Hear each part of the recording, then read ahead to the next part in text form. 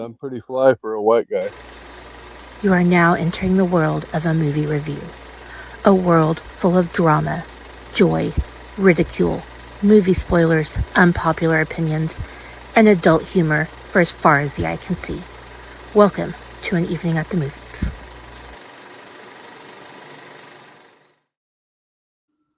As far as the eye can see. Everything the light touches is yours.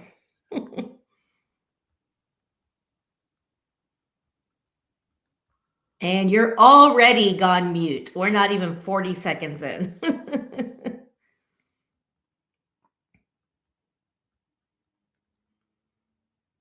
Kasey and his technical difficulties. It was because I was being a smartass with the fucking intro. So. Oh, well, that's because the StreamYards knew you were being stupid and decided to mute you. The StreamYard is being a little bitch today, hence the reason why everybody's screen is just full Kasey and Amanda with no background. But, I see nothing wrong with that. I have a very pleasant face to look at. Thank you very much. And you're not too bad either. Thank you. Thank you very much. You look freshly shaven and trimmed. I did actually shave the goatee on Monday. So, thank you for noticing. But now that we're 8 minutes into the freaking show, welcome everybody to your favorite movie review-based podcast. This is An Evening at the Movies, the podcast where we eat the stale popcorn and we drink the watered-down sodas and talk about Costco rosé.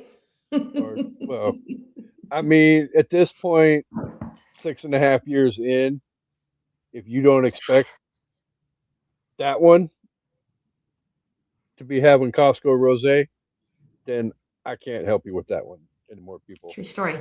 True story. So, hey, sometimes it's a red. The what? I said sometimes it's a red.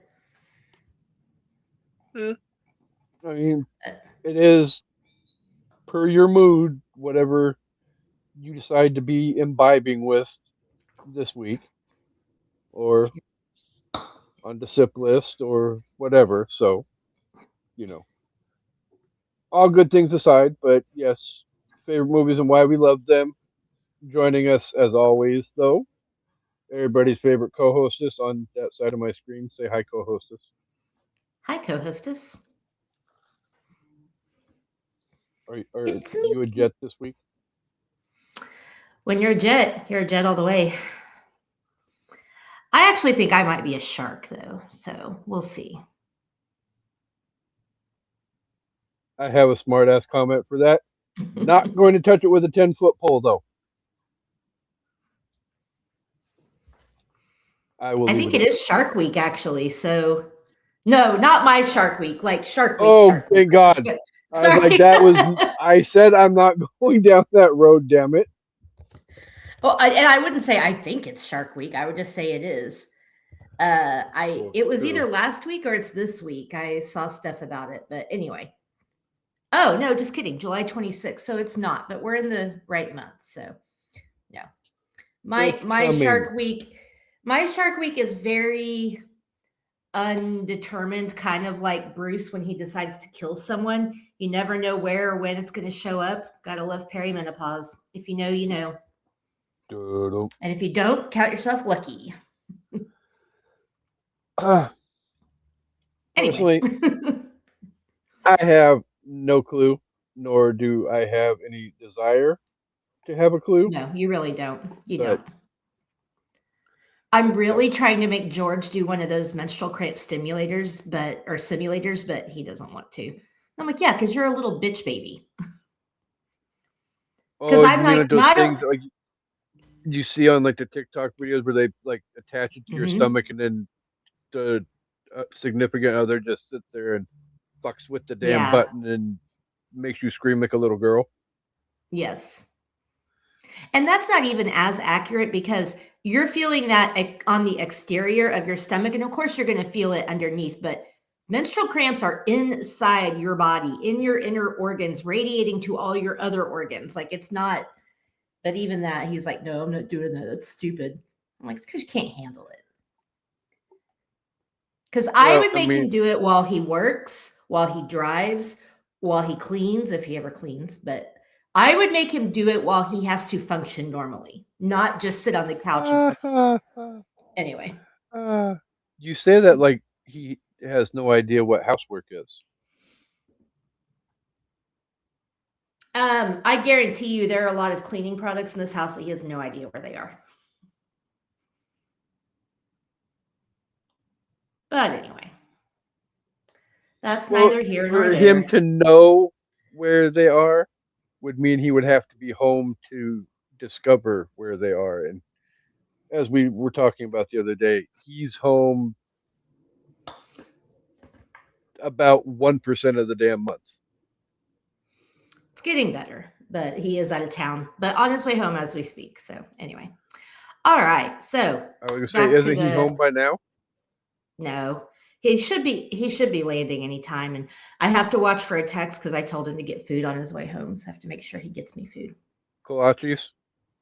No. Kolaches are a breakfast item, thank you very much, or a snack item throughout the day, but they're not a dinner item. You can have breakfast for dinner. True, but a kolache isn't like, it would be like a amuse-bouche to the other meal that's coming up. Kolaches are like this big. You say amuse-bouche and kolaches in the same sentence, and you make it seem like Buc-ee's is like 5-star cuisine. Buc-ee's is close to 5-star cuisine. For gas station food and for fast food, Buc-ee's is top tier. And I will accept no criticism of Buc-ee's. Well, you're not going to get criticism from me. I There. have literally been in Buc-ee's one time in my life, and I fell in love with it that day. So it's a cool place. Good times.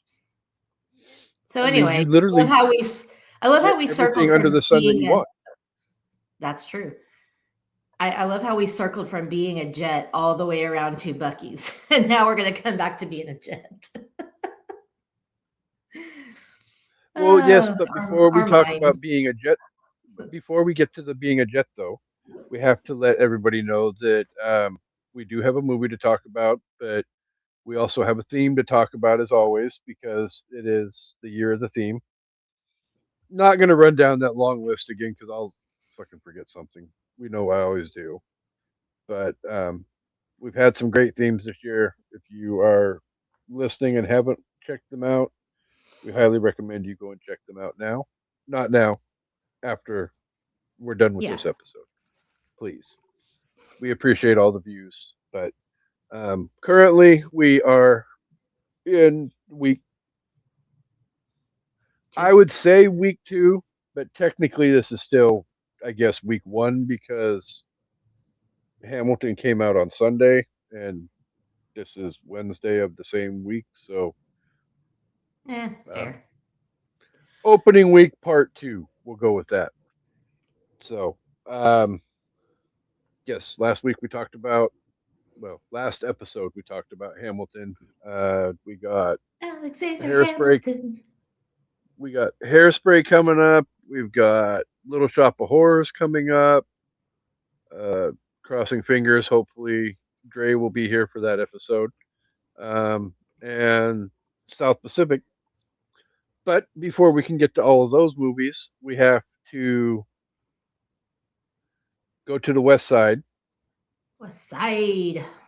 And talk about being a jet, or if you're so inclined, a shark. So much snapping in this movie. Well, even like you said the other day when you turned it on and watched it, I think it was the day you sent me that picture of that worst opening in cinematic history. Yeah, it takes way too long and there's nothing happening. You think your TV's glitching. I rewatched the movie again last night so I could do my notes. I'm not going to lie. It is 15 minutes before anything of significance happens in this movie. Yeah. No dialogue, no singing. There's some dancing and there's a lot of And just walking across the, down the yeah. streets of New York, just it's like, okay, I get it. You have rhythm and you're, what? Fucking do something. Yeah. But Well, and well, we'll get into oh it. no, We'll get into it. are you sure? Yeah. Well, yeah, we will get into it because there's a lot to unpack with this movie. But if you couldn't tell from the little rabbit holes that we tend to go down, we are going to be talking about West Side Story. Yeah. Um, Spoiler alert. If Jet all the way from your first cigarette to your last dying day. Okay, sorry. I'm making my hence notebook the fall over name because I'm of the dancing. month, Sing Along with Amanda month. So, but yeah, I'm going to go right down the road really quick though and just say if you were curious about which version of the movie we're talking about, it doesn't really matter because for the most part, with literally like 3 exceptions, I think the original with Natalie Wood or Natalie is it That's right, Natalie Wood? Natalie Wood. Yes. I'm old. Cut me some slack. You know, one of my favorite things to talk about. We're going to get to that too. Anyway,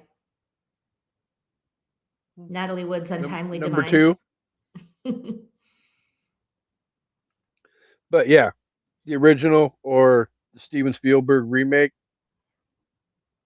It's basically the same movie, and I honest to God think Steven Spielberg went through and just took the original script and turned it into his own movie. Well, it's based off a Broadway musical, so theoretically they're operating off the same script. So Yeah, but you still, could have done something different, but remakes still do tend to go a true. little bit off skewed. But I haven't seen it, so I don't I know. mean, other well, other than the visual like quality of like what you're watching on the screen is a lot better Obviously. in Spielberg's movie, and the fact that the shop owner is Doc. not an old dude. It Oh. is played by Rita Moreno. Oh, that's cute. Okay. So little throwback to the original movie though, because well, most of the people from the original movie are No longer with us. retired, or if they're not retired, not of this earth anymore, Yeah. except basically Rita Moreno. I'm going to assume the casting in the newer movie is a lot more authentic. Oh yeah. Rita So Moreno is basically the only Hispanic person in this movie.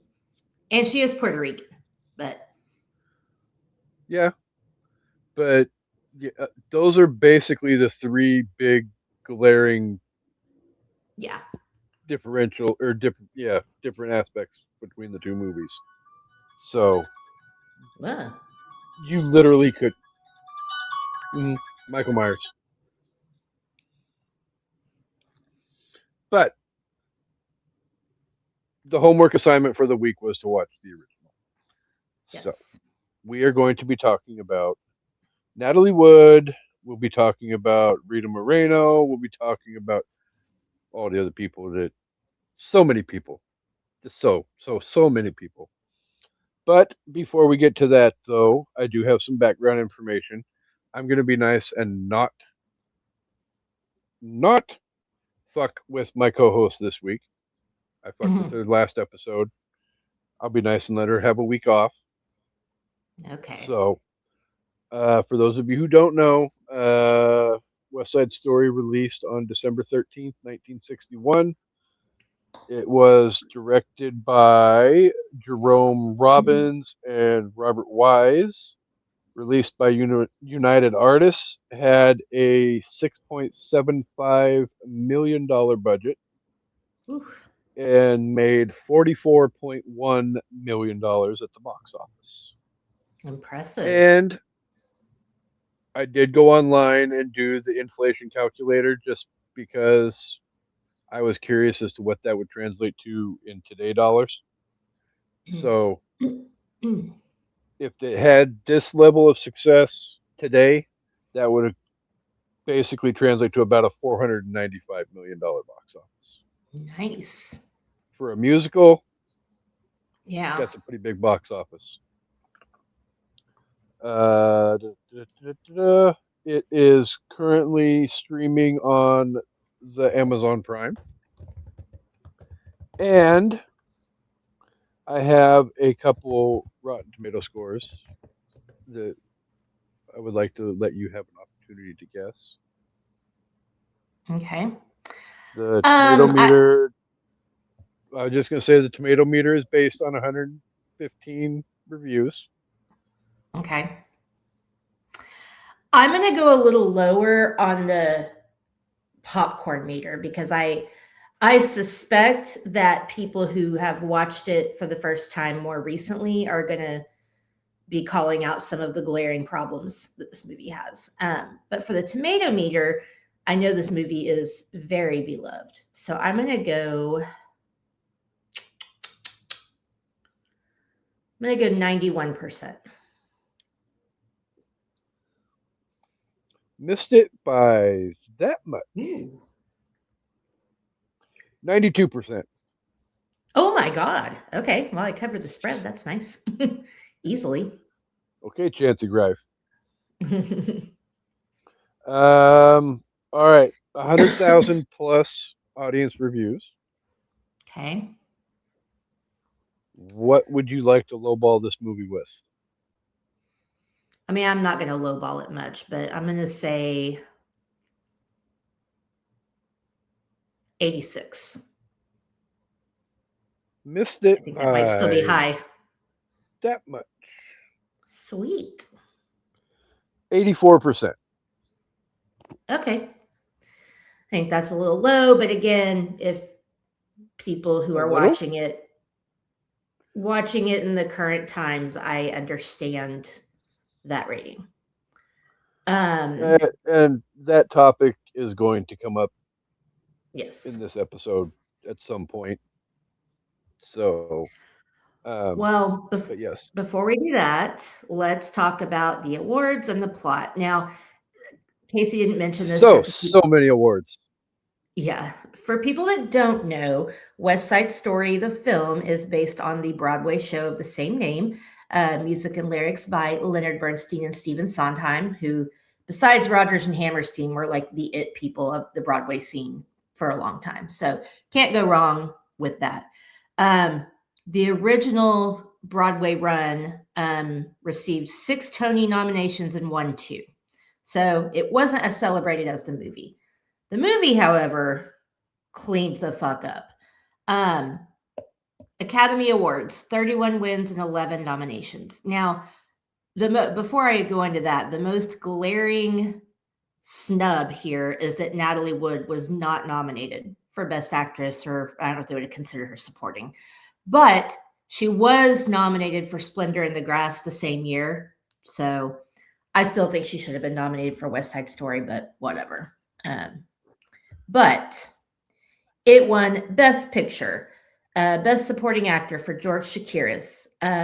Rita Moreno won Best Supporting Actress, Best Director, and then it was nominated for all the screenplay, cinematography, art direction, costume design, like everything. It won Best Sound, Best Film Editing, like it just a shit ton. So, Golden Globes, it won Best Picture, musical.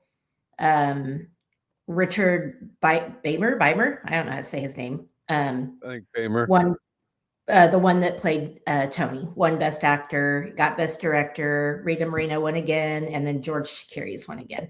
It was nominated for a bunch of other stuff, and then obviously it's part of the National Film Registry preservation for blah, blah, blah, blah, blah, and it got put into that in 97.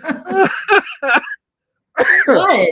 Why are you laughing at me? I purposely left that out of the notes just because I wanted to see if you were going to try and do it. It's what is it selected for? Cultural, historical, and aesthetic contributions. Yes.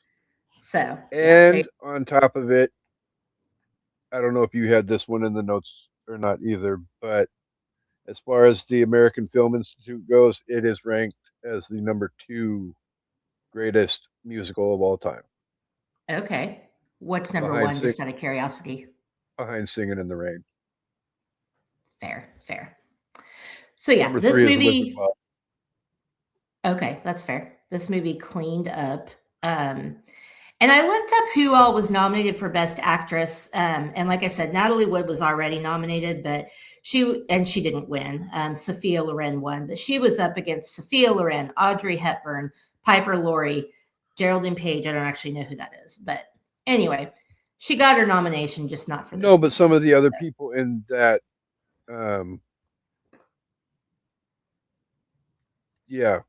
list of nominees though are some of the biggest names in Hollywood history. So yeah, it's not like it's a huge.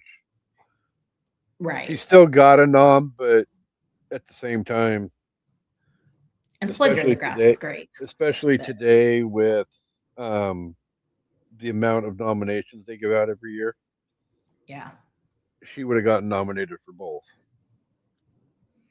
Which, speaking of, really quick, we don't talk about this very long. Emmy nominations came out today. The Pit cleaned up. Hacks cleaned up.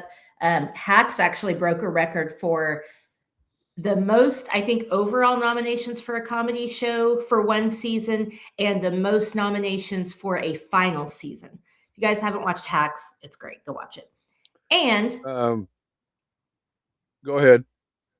Oh, and my girl Taylor Swift received 5 nominations for the Eras Tour, the final show. So I was excited about that. And also congratulations to her and Travis because they got married. Okay. I knew we weren't getting through the episode without that one. I have my just married with the TNT, how they announced it, bracelet right here. Anyway. I shared your friendship bracelet post on Facebook. Well, thank you. Because that's how I fucking roll. Yeah, the Pit has their supporting actor nominations take up most of each category. It's insane. So good for them. And the comment I was going to make was there ever any doubt that the Pit was not going to fucking clean up when it comes to nominations? Whether it wins all the awards or not, that's up for debate. But it did really well last year. It did. And at the same time, some of that's probably going to have to, mellow out a little bit, probably. But at the same time, I would be willing to bet you that I can tell you who the best actor in a drama series is going to this year. Oh, it's got to be Noah. I didn't even look at the other nominees, but because once they read Noah's name off, it's just everybody else is just eye candy.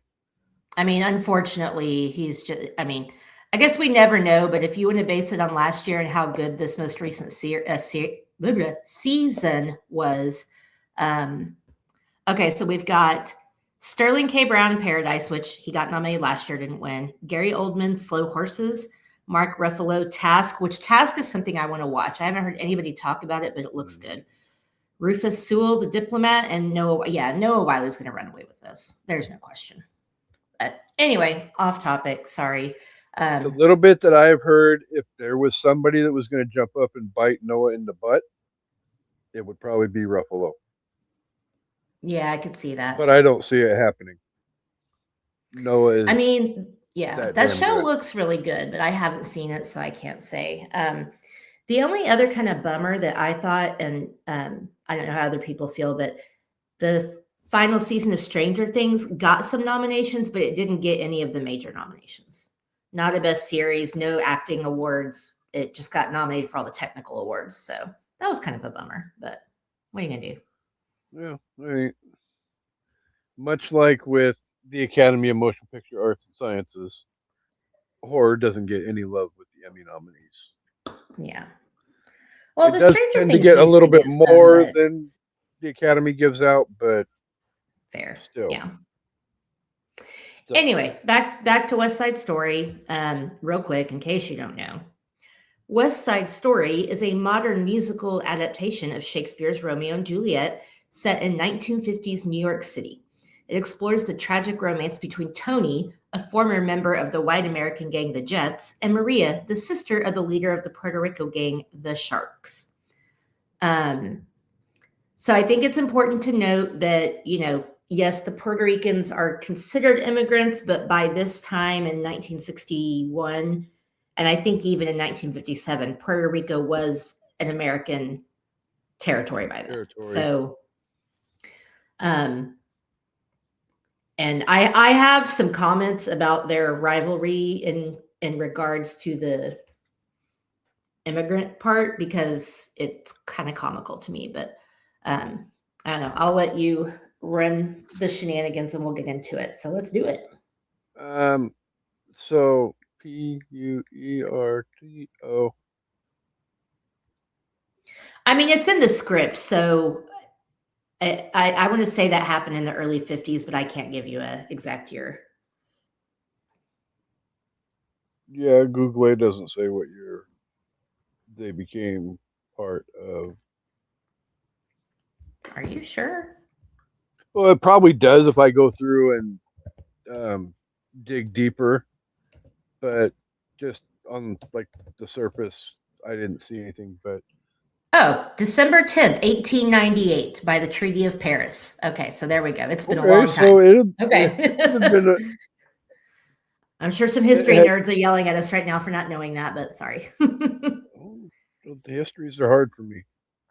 But 1898, and we're in 1957, and people are still, that's a quarter of a century basically, and they're still calling them immigrants is interesting to me. But I mean, it's no different than certain political leaders talking about needing to have meetings with the president of Puerto Rico. Yeah. Well, to be fair, he doesn't not naming any names. Yeah. It would help if he knew that he was the president of Puerto Rico, but you know what? You're right. That guy should be fired immediately. Let's get him out. Not gonna lie. Not speaking one way or in favor of one way or the other, but if you don't know what the U.S. territories are, pretty sure you have no business sitting in the Oval Office. Or any elected office for that matter. And that could be... unless it's like a city office, then okay. If you're a city official, I'll give you a pass. But yeah. If you're a U.S. government official, no. Yeah. And I would say that if it was Biden, I would say that if it was Obama, I'd say that if it was Bush, Clinton, whoever. Yeah. And Bush, you should know the dynamics of your country. So. Agreed. All right. Anyway, so we're kind of sort of getting at it with the whole aspect of the mild racism. So let's just go ahead and get this portion of the discussion out of the way.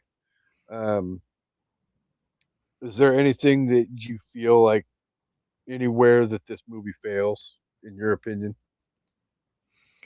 I mean, obviously the blatant racism, and again, not saying it's okay, but that is how people talked then. And I guess the point I was going to make, and I'll go ahead and say this, it's really interesting to me. I understood that New York City was a city of immigrants in the 50s. And,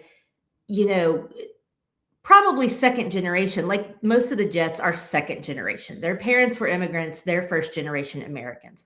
Their hatred for the Puerto Ricans, who are just as American as they are, is so wild to me. Like, you think because you're one generation removed from immigrating from another country that you're better than these people who are just as American as you are. Like, you know, I get like gangs and turf wars and whatever, but the racism was so hard for me because it's like, you're all fucking immigrants. Just like now, we're all fucking immigrants, like at some point, unless you're Native American. So it was wild how they were just like, you know, we're American and they're not. And, you know, but the racial slurs did go both ways. And that was kind of the other thing that was like, as much as you're calling them a SPIC, they're calling you a, you know, a WAP or a Pollock or whatever it is. Pollock. I think I said it wrong. Whatever it is, they're using the European slurs the same as these kids are using the Hispanic slurs. And it's like, you're all, I mean, technically the white kids' parents are more immigrant than the Puerto Ricans are, you know? Yeah. I guarantee all those Puerto Rican people were born in Puerto Rico while it was an American territory. Not to mention, these kids go on and on about how shitty their parents are. They're all drug addicts, alcoholics, and abusers. So it's like, why do you think you're so much better? Like, I don't know. None of them are freaking better in the long run. So that's only my own personal opinion. Well, no, I mean, that's correct. I mean, both sides of the equation, both gangs are assholes. Right. And turf wars are stupid, but, you know, I know not much about gangs and whatever, but I just think it's dumb. I mean, the turf wars, I'm not necessarily saying that West Side Story introduced them, but, you know, in so many different aspects of pop culture, the rivalry / war between the Jets and the Sharks bled into some. I mean, you could kind of sort of a little bit see it even in like Grease or fucking Michael Jackson's Beat It video. Yeah. I mean, you have a specific, he's dancing around singing Beat It while the other people are having a knife fight in a garage circled up. Yeah. Like, yeah. At this point, if you haven't seen Beat It, go watch the damn video. But to be fair, so I'd say that for Gene, this is representative of how New York City was back then. New York City is so interesting to me, you know, at the turn of the century when people started immigrating, because everybody came from all these countries and then turned New York City into all of these tiny little own countries.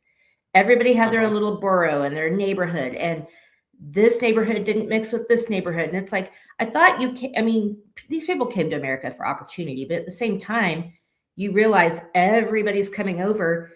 Even if you're a white Italian immigrant, you're going to have to share the neighborhood park with the Puerto Ricans or the Germans or Japanese. Like, and New York City is still, it's a lot different now, but still does have its very little small areas where, you know, I mean, Chinatown, and Chinatown is like all, I mean, other than the tourists, obviously, everybody that lives there is Chinese. They speak Chinese. Everything's very authentic, like, and Little Italy, and, you know, it's just, it's not as bad as it was, but that is how it was. They created their own version of their country, but in New York City, so they could be American. Yeah. And it's like, you're going to have to blend. Yeah. Well, no, and literally, like, one of my all-time favorite Santana songs, Maria Maria. Yeah. You remind me of a West Side Story. Yeah. Growing up in Spanish Harlem. Yeah. You know. Maria! It's so good. And then, like we touched on, oh, sorry, go ahead. I was just going to say, I've heard people screaming females' names a hell of a lot worse in other movies. So I won't fault him for that one.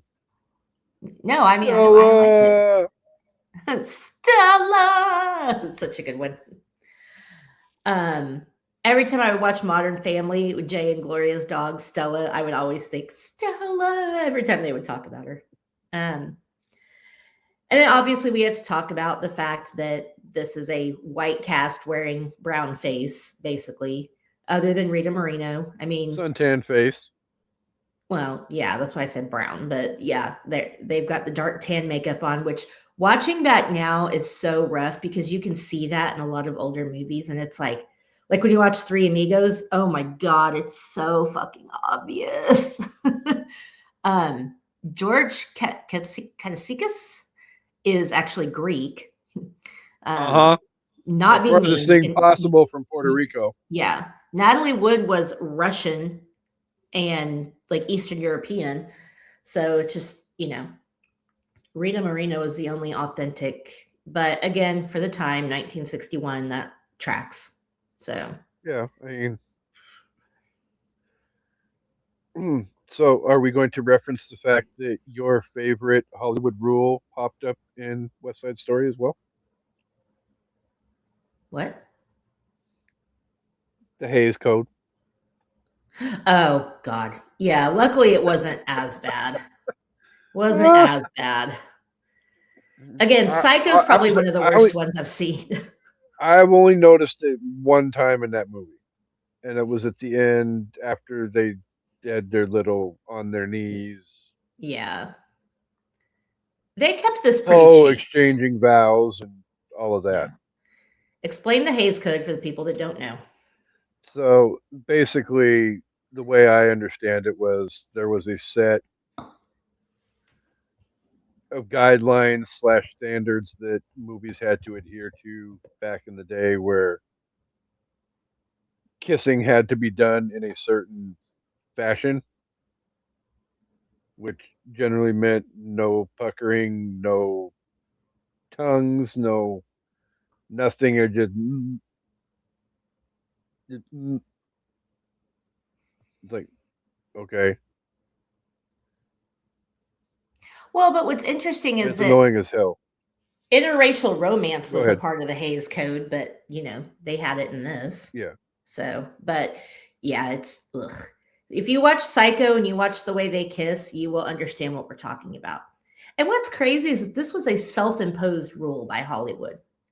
This wasn't even like somebody like the Academy of Motion Pictures and Television made this rule. They just made this rule on their Yeah. own and said, "This is what we're going to do." Dumbasses. Like you're limiting your own creativity. Do you not realize that? Because it wasn't Well, I just the mean, kissing, it was profanity, it was sex, it was yeah. homosexuality, it was, interracial romance, it was, toilet humor. Like it was all this stuff that they did to themselves for some reason. As it became ever prevalent in the movie Psycho, which Ugh. We're huge just like, freaking question, huge question marks over that one with sexuality. But yeah. yeah, we're not going back down that road again. So, I think oh, sorry. well, no, I was just gonna say, as far as like the racism is being part of the movie that doesn't work, um, do you feel like this movie could be modernized and have the racism eliminated and still work? I don't think so because I don't know. Do they still use all the racial slurs in the newer one? Because I haven't seen it, No, I mean but a I lot of think that. I think if you're it's okay, if more you're portraying it at mild. the same time, you have to use it. If the Yeah, new movie is saying this is 1957, 1961, whatever time, yeah, you have to 57. use it. It's like if you're making, like, for example, Django Unchained. If you're making a movie about slavery, you have to use the N-word because that's how it was. If you were to modernize it and make it in today's society, I don't even know what you would do, but you would use whatever the modern vernacular is, I guess. Yeah, and at the same time, the remake was done by Spielberg, and unless it's over the top, disgustingly inappropriate, Spielberg's not going to get slapped with anything. Right. He's a But directorial god. it doesn't feel as, it doesn't feel as authentic and it doesn't hit as hard if they don't use the same language. Right, wrong, or indifferent, and it's wrong. I mean, I guess I could just say that it's wrong to call a Hispanic person a spick or call a Irish bird is WAP Irish? No, Italian. WAP is Italian. Whatever. I don't. It's wrong to use those slurs, but at the same time, that's what ignited people. Kind of like, when the cop comes in and he's like, how's your dad doing with the DTs? And your mom, I heard, was like a whore or whatever. Like, that cop knew how to anger those people just like he did the Puerto Ricans. Like, you have to, for you to understand why these people are so upset, and when I say these people, I mean all of them. You have to have the triggering language because it has to hit you where it hurts, or you don't understand why they're behaving that way. Because as an outsider it's looking a certain level of hatred between the two gangs. Right. As an outsider looking in, all of this is completely fucking stupid. You're arguing over a park and a river and a playground, and like you're arguing over where people get to go and who they get to interact with, and it's our neighborhood, not yours. Yeah, it's nobody's neighborhood. It belongs to the community. So, fighting over that belongs to City Hall, but yeah, whatever. The only other thing I was going to say that doesn't really work for me is that the Jets are like a bunch of opies. They are the least threatening looking guys I have ever seen. And that opening, they're walking around and snapping and dancing, and then they show up at the basketball court and people are scared of them. I'm like, these guys look like my mom would have them over for dinner, or I'd see them at the Happy Days diner, or they'd be mowing my lawn. These guys are not scary. Like, they look very wholesome. And we're supposed to believe they're bad boys. I compare playing. No. Yeah, no. I compare the Jets in West Side Story to like the T-Birds in Greece. The T-Birds are more threatening and menacing. Agreed. Than the Jets are. There's no two ways about it. To me, I mean, Kaneki is pretty threatening. Well, I mean, he openly spreads his seed all over the fucking world, and yeah, a hickey from Kaneki is like a Hallmark card. Yeah, but until any of these guys pull out knives, I'm not scared of any of them. Obviously, we're supposed to be scared. I'm not even necessarily scared of any of them when they pull out a damn knife. True, because they're just like dancing around each other, like, like, it's just, I found it very hard to be intimidated by any of these people, especially the Jets. And so it was, it gets, but later in the movie when you're involved in a love story and, somebody finally gets stabbed and shit gets real, it becomes a little more serious. But up until that part, I am not taking any of this seriously. And that's not, I hate to say that as a criticism, but I feel like they should have all been a little more intimidating in some way. I think Bernardo was a little more intimidating with his language and with his demeanor, like with his looks and with like his like thinly veiled threats and the way that he could speak. What's his name? Fez? Oh my God, why am I blanking on his name? Oh, the main guy. The main guy who gets killed in the Jets. The Justin Timberlake looking motherfucker. Like, I'm not scared of these guys at all. I'm not scared of the way they talk. I'm not scared of the way they walk. I'm not scared of any of their so-called threats. Like, they look like innocent little boys. No, and I'm not trying to make light of the fact, but to me, the Jets look like a 1950s version of a young Backstreet Boys or NSYNC. Yeah, they look like a doo-wop band that got thrown out of the club and now they're just hanging out on the street. I'm sorry.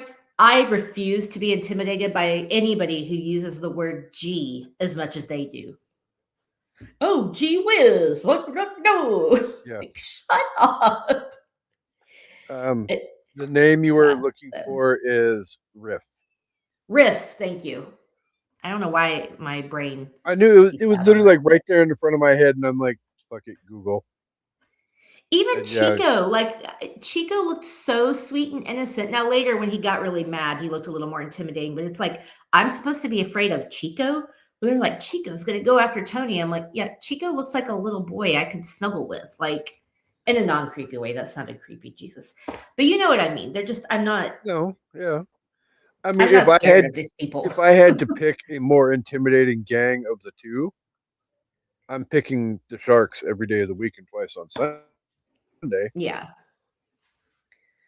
Just But because when the shit hits the fan, they tend to have that facial expressions more in they're a lot line more with, serious.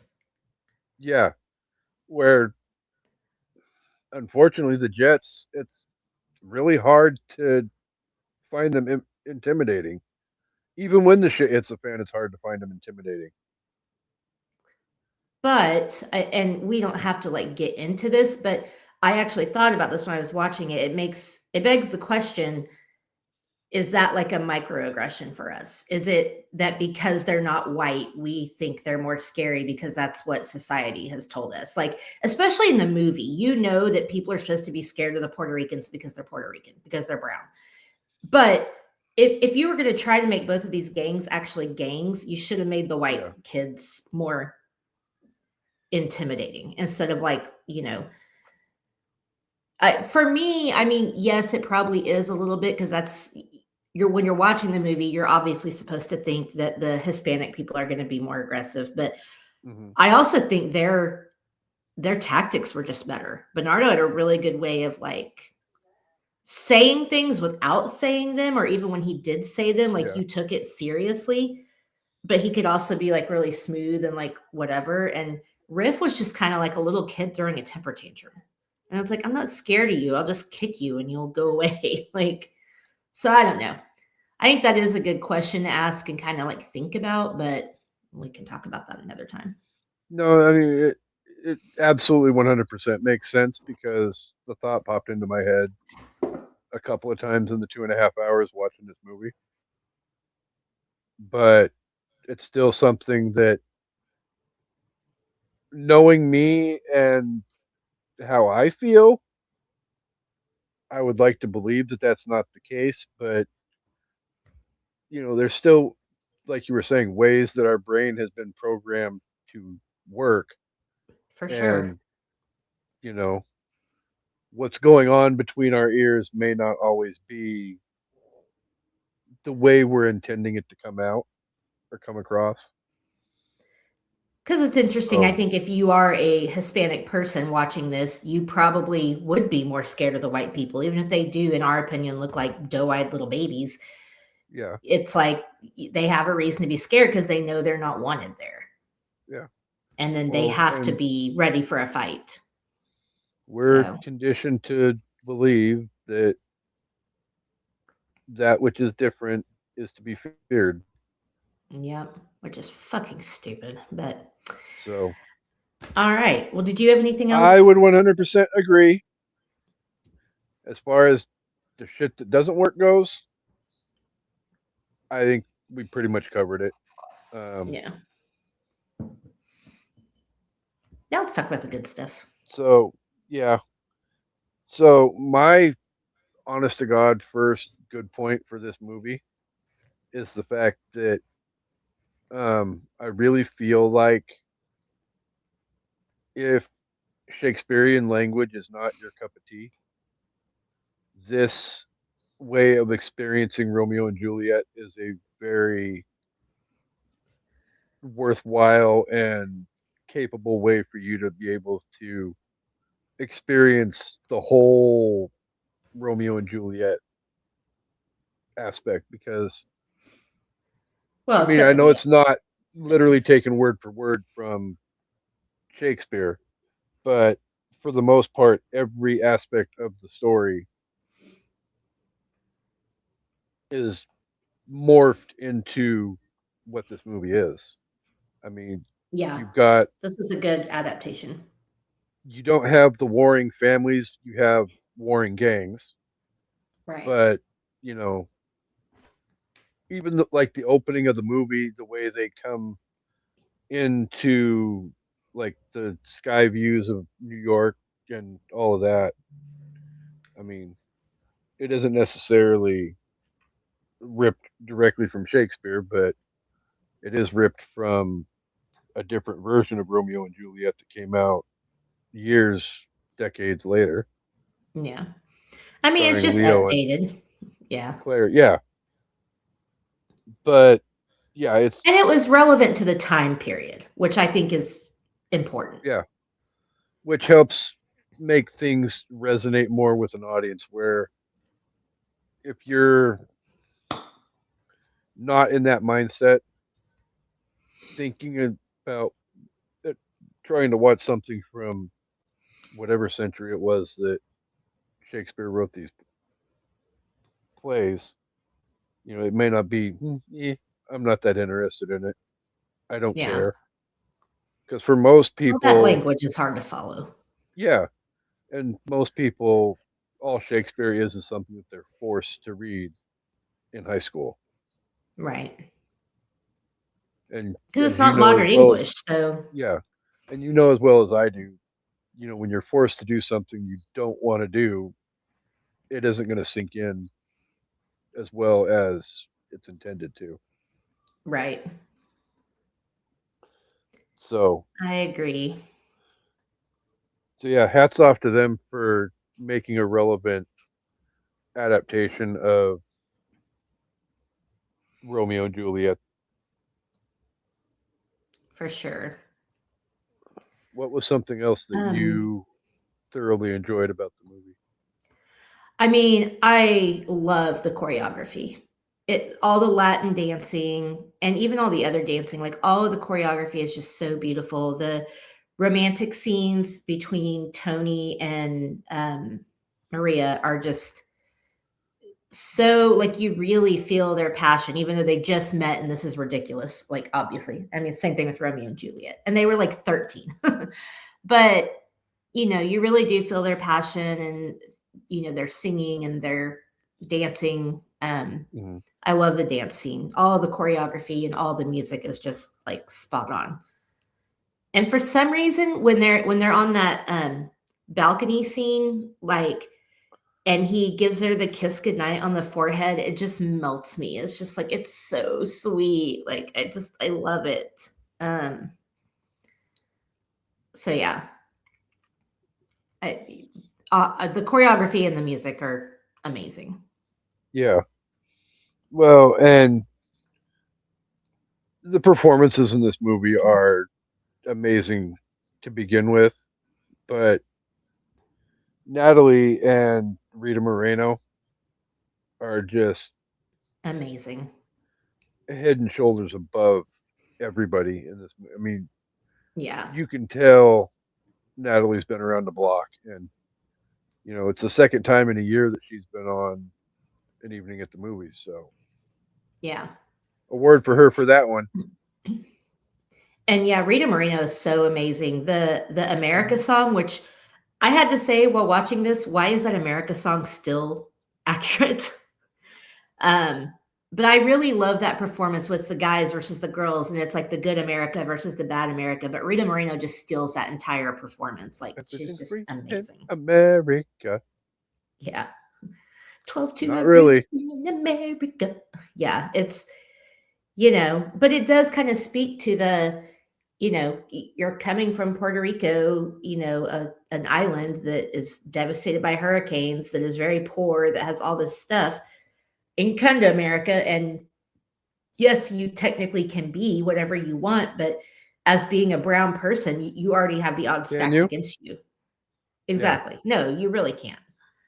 Um, Which is, again, just goes back to the point of I don't understand how any group of immigrants thought America's was theirs when they immigrated there. Just because you're a second generation or a first generation American, why do you think you belong more than people from an American territory who came to New York? Like, Yeah. it boggles my mind that so many people wanted to come here and have all this, opportunity, but they didn't want other people to do the same thing. It's just so fucking weird to me. But anyway, that Well, song and I that whole mean, performance is great. oh yeah. I love the music. I love the choreography. I feel pretty, oh so pretty. I feel pretty and witty and gay. Yeah, those two songs are probably, I think, the two that I've heard elsewhere in pop culture. Oh, yeah. Yeah. You hear I feel pretty all the time. Yeah, and I know America has been trickled out into, I mean, uh, even Metallica sampled it for their "Don't Tread on Me" to a certain Oh, extent, okay. lightly Nice. sampled, but yeah, part of the, I want to say, the kind of drum beat, kind of bass thing, Yeah. kind of trickled its way into "Don't Tread on Me." So, Hmm. And yeah, the uh, lyrics are still so. I mean, he's like, she's like, I'll mhm. get a terrace apartment. And he's like, better get rid of your accent. Like, it's just, why is it still true? But yeah, all Yep, the I know. props to Leonard Bernstein and Stephen Sondheim. Like, just wrote an amazing story, wrote amazing songs, great choreography. And obviously, the choreographers are different, but um, whatever. They took all this from the Broadway show, and I love all the dancing. So good. But I love dancing, and I particularly love Latin dancing. The Argentine tango is my favorite dance of all time. It's so sexy. Yeah, that would be the rare occasion that I do watch Dancing with the Stars. That I love it when they pull out the Argentine tango. Oh yeah, I don't even watch it anymore, but I will go back and pull up every single Argentine tango and watch it because it is like the most provocative, intense, just like sexy thing I've ever seen in my life. I love it. Yeah. I could never do it, but yeah. Oh God, I'd Um. fucking kill myself, Oh yeah. and you would too. So don't deny it. Oh yeah. No, no, there's no way. So So, okay, I have a uh, question. So yes, obviously, to get to the kind of Romeo and Juliet twist, we had to get to the lie that somebody is dead. And so, how we get that is Anita is sent by Maria to go tell Tony that she's been detained. She can't get there on time, but she's going to get there later. And then Anita shows up, and all of those jets like start assaulting her. And I'm not going to lie, the first time I saw this, I was really scared that was going to be a rape scene. And I, of course, knowing what I know I think now in that was how it was. 1961, I think it was I supposed think to that's be how they till were. the, yeah. Till Doc walked in and broke it up. So I guess the question is, do you blame Anita for her lie? I don't. Her lover just got No, murdered by one of those guys, and they just tried to well, she attack was her. pissed Like, and she was upset. I'm not and she's saying trying to that protect excuses it, Maria. but yeah, Yeah. I I mean, mean, I don't blame her for lying after she realized who she thinks these guys are is actually right in that moment, which isn't really right, but in that moment they've just attacked her yeah, when she is on their turf, trying to be polite, trying to be nice, and is way outnumbered, and they're attacking her. I don't blame her for saying, fuck this shit, ain't my shit, and it's not going to be Maria's shit either. We're out of here. Um, so yeah, as much as it sucks, I do not blame her. no, not at all.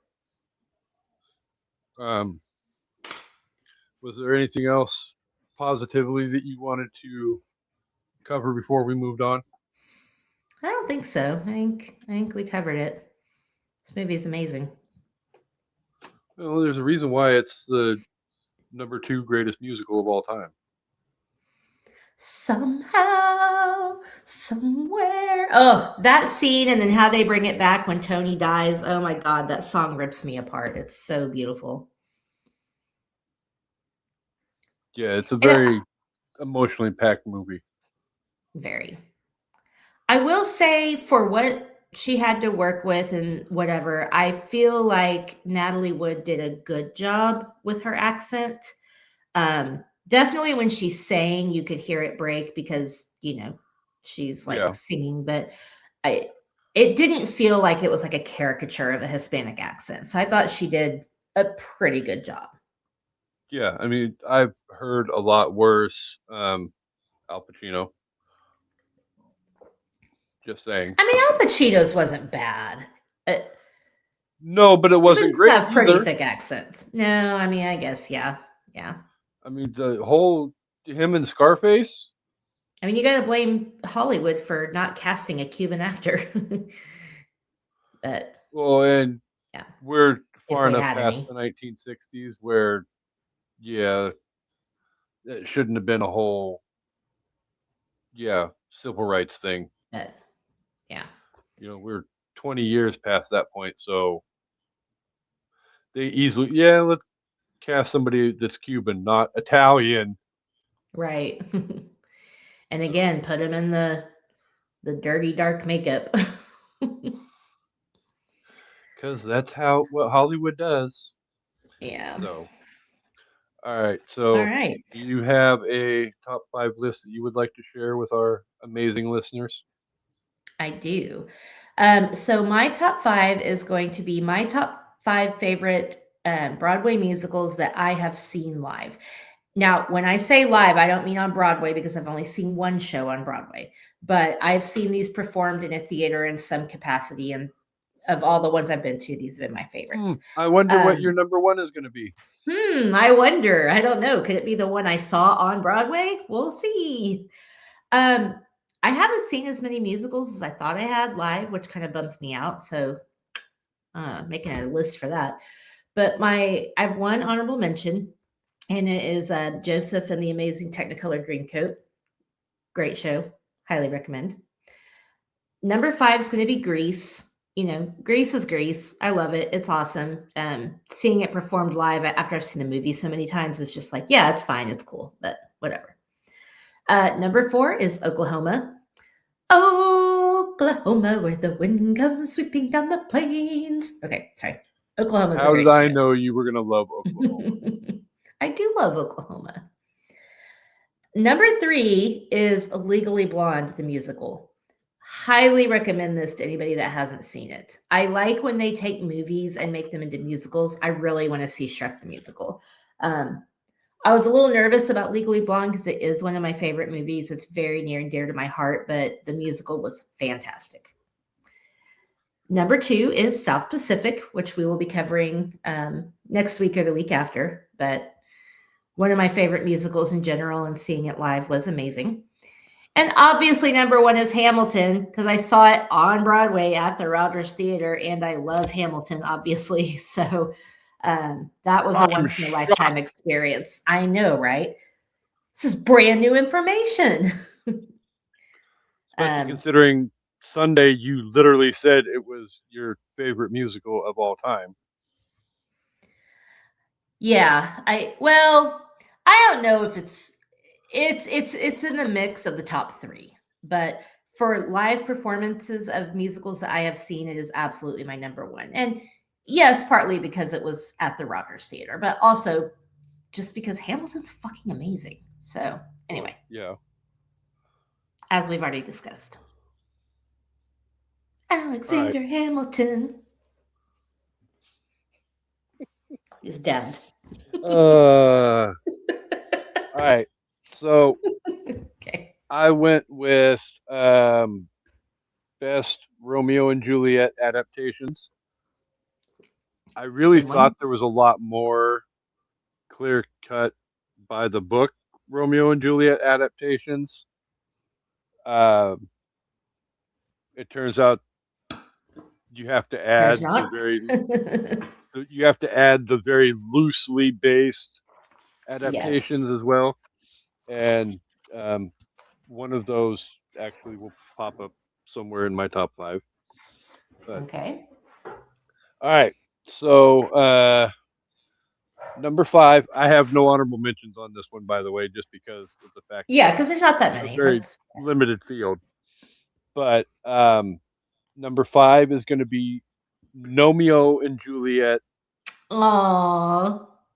starring James McAvoy and the ever amazing Emily Krasinski. Romeo and Juliet's adorable. Did you just freeze? No, you did. I'm moving. Oh, there you go. Okay. I must have frozen. Yes. What? Oh, that's that thing, my flag.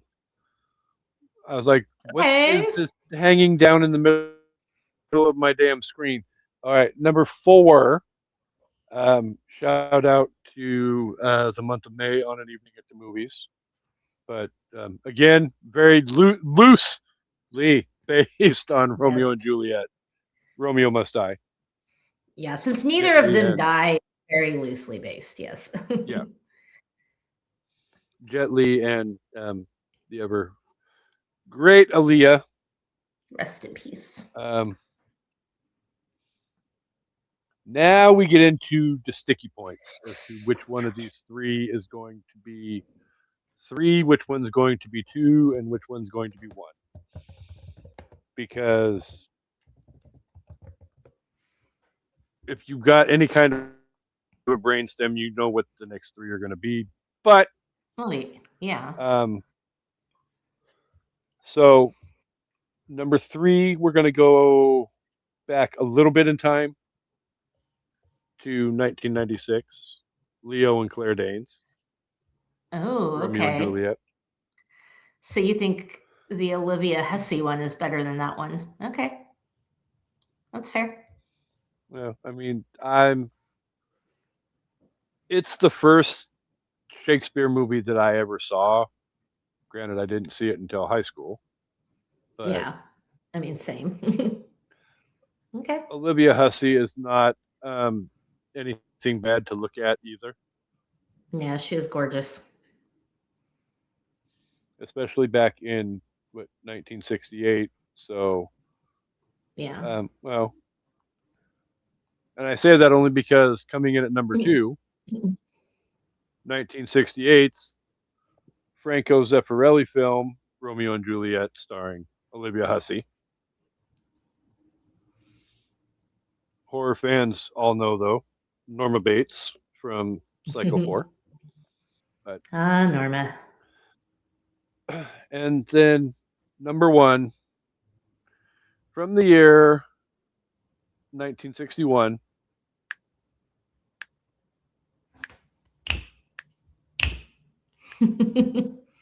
West Side Story.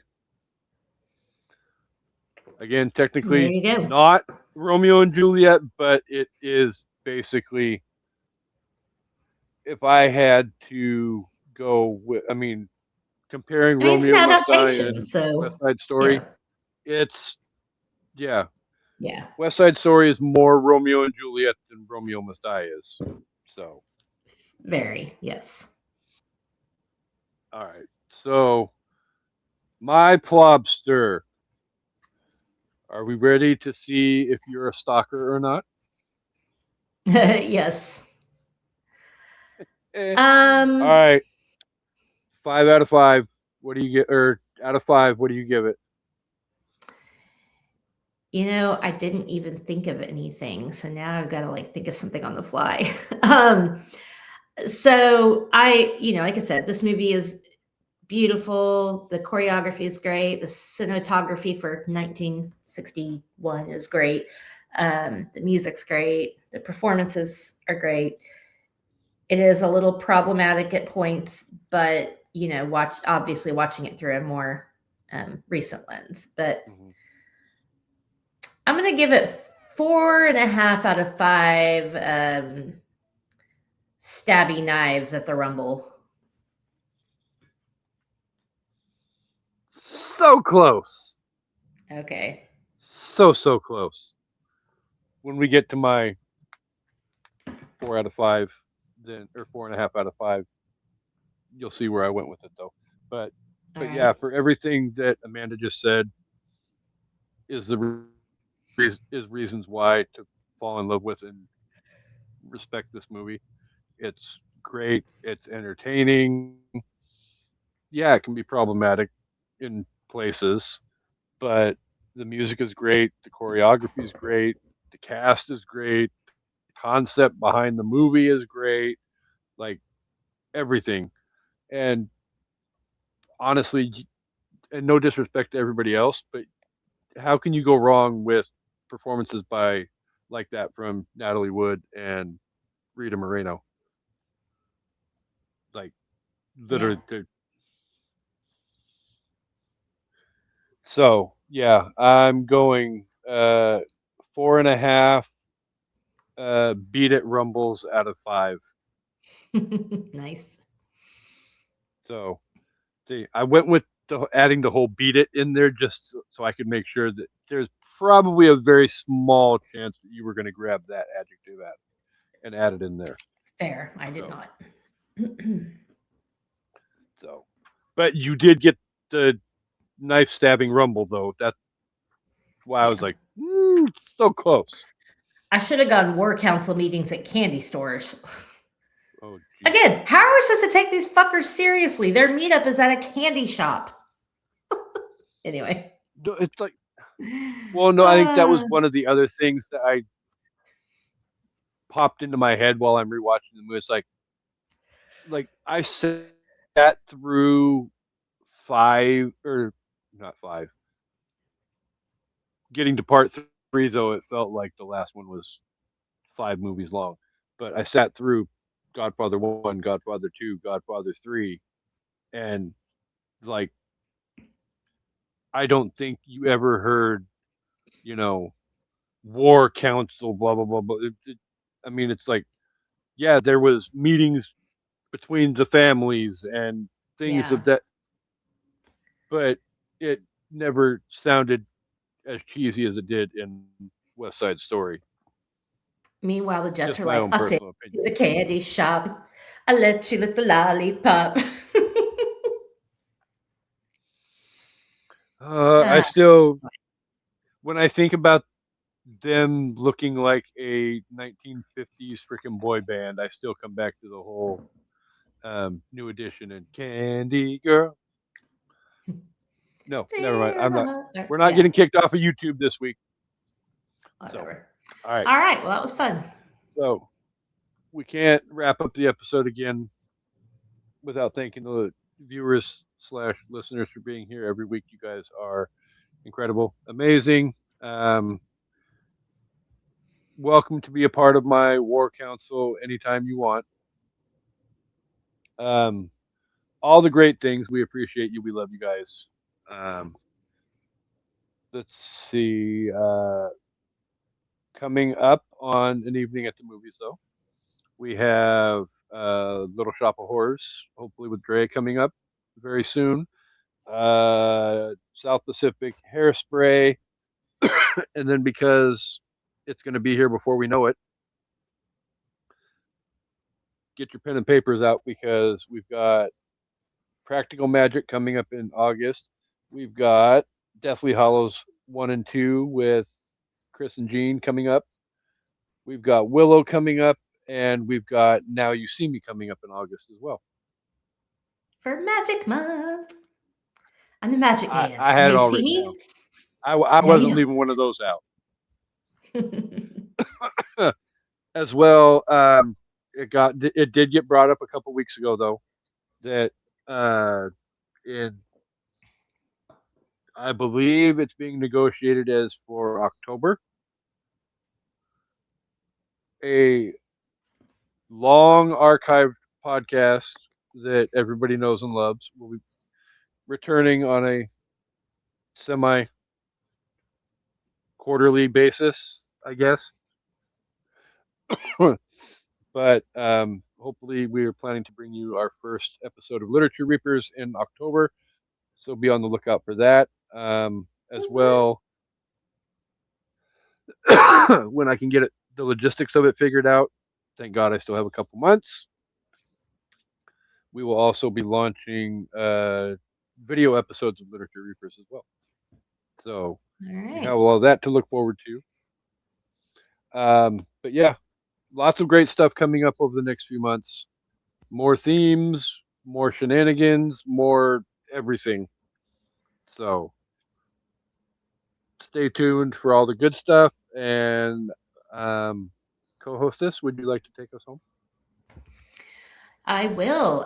Before I do that, gotta say my obligatory plea to Christopher Walken while you're still with us. Please tell us what happened to Natalie Wood. You're the only one who can still tell us. Please do it, because the party line just isn't partying. Like, come on now. And if you don't know what I'm talking about, go research Natalie Wood's death. There's a whole podcast about it. There's all kinds of stuff about it, and it's very sus. And I still stand by that Robert Wagner killed her. But anyway, all right. So thank everybody for watching and listening. And we hope you like this episode, and we hope you come back for an evening at the movies. Goodbye.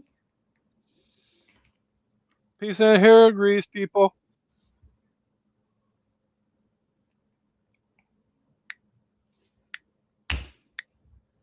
When you're